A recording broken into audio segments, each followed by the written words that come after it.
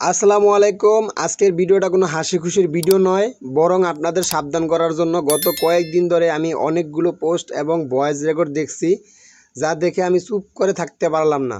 আপনারা মরিশাসে যাওয়ার জন্য আসার জন্য পাগল হয়ে আছেন, দয়া করে একটু থামুন।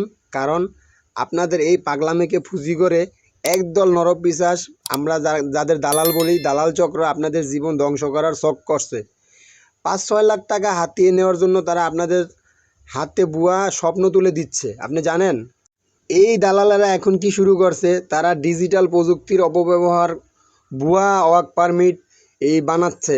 সেখানে সরকারি সব সিল আর অফিসারদের স্বাক্ষর নকল করে বসিয়ে দিচ্ছে। আপনি হয়তো ভাবছেন আপনার হাতে অরিজিনাল কাগজ, কিন্তু আসলে সেটা এক টুকরো মূল্যহীন কাগজ ছাড়া আর কিছুই না ভাই।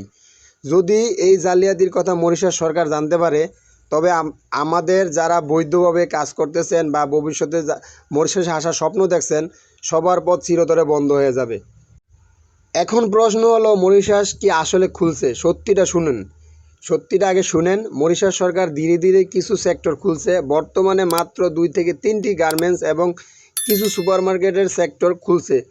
আমরা চালু করছে যেটা বুঝি, কিন্তু দালালরা প্রচার করছে যে সব খুলে গেছে।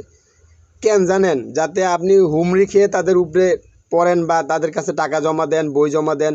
তারা আপনাকে উৎসাহ দেবে, বলবে এখনই সুযোগ, এখনই বই দাও, এখনই পাসপোর্ট দাও, টাকা পয়সা যা দিবা এখনই দাও, আমি পাঠাই দেবো। তো দেরি করলে আর হবে না। মনে রাখবেন, দালালকে সুযোগ দেওয়ার মানে হলো নিজের পায়ে নিজে কুড়াল মারা। অনেকেই বলছেন ভাই 2 লাখ দেবো, কেউ বলছেন 4 লাখ দেবো, কেউ বলছেন 2,20,000 দেবো। আরে ভাই, এই টাকাগুলো কি আপনি আকাশ থেকে পান? এটা আপনার বাবার রক্ত পানি করা পরিশ্রমের টাকা। মরিশাসে প্রসেসিং হতে একটা নির্দিষ্ট সময় লাগে, রাতারাতি সব হয় না ভাই। তাই কেউ যদি আপনাকে বলে যে কালকেই আপনাকে পাঠিয়ে দেবে, তবে নিশ্চিত থাকুন সেটা একটা ফাঁদ। আগে ভালো করে খোঁজ নেন কোন কোম্পানিতে যাচ্ছেন, কোন কোম্পানির লাইসেন্স আছে কি না, কোম্পানির লাইসেন্স ঠিক আছে কি না, তারপরে পা বাড়ান। আপনারা কেন এত পাগল হয়ে যান আমি বুঝি না কিছু। আমি আবার বলছি, পাগল হবেন না ভাই, শান্ত হয়ে বসুন, পরিস্থিতি পর্যবেক্ষণ করুন।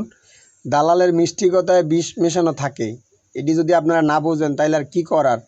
যদি আমার কথাগুলো আপনাদের কাছে ভালো লাগে বা মনে হয় যে সত্য কথা, তবে ভিডিওটি শেয়ার করে দেন, অন্য ভাইদেরও বাঁচান। আমরা বাঙালি হয়ে কেন একজন বাঙালির ক্ষতি করব? তো সবাই সাবধানে থাকুন, ভালো থাকুন। আল্লাহ হাফেজ। আর ভিডিওটা সবাই বেশি বেশি শেয়ার করে দিবেন। নতুন হয়ে থাকলে চ্যানেলটা সাবস্ক্রাইব করে দিবেন। আল্লাহ হাফেজ।